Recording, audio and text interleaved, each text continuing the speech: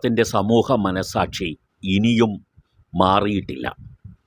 ഇപ്പോഴും ആ ആഘാതത്തിൻ്റെ പശ്ചാത്തലത്തിൽ എല്ലാവരും തിരയുന്നത് വെഞ്ഞാറമൂട് സംഭവത്തിൻ്റെ യഥാർത്ഥ വസ്തുതകളിലേക്കാണ്.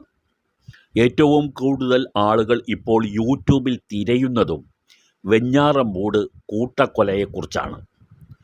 അഫാൻ്റെ ചിത്രങ്ങളും മരണപ്പെട്ടവരുടെ ചിത്രങ്ങളുമൊക്കെ ആളുകൾ ഇപ്പോഴും സെർച്ച് ചെയ്ത് അവർ കാണുകയാണ്.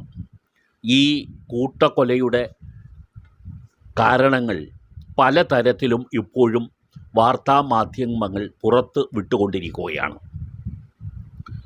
ഇതിനിടയിൽ നമുക്ക് ലഭിച്ച വിവരങ്ങളെല്ലാം ചേർത്ത് വച്ചാൽ 93 വയസ്സുള്ള ഒരു പാവം സ്ത്രീയുടെ മരണത്തിലേക്ക് നയിച്ച ചില സംഭവങ്ങളാണ്.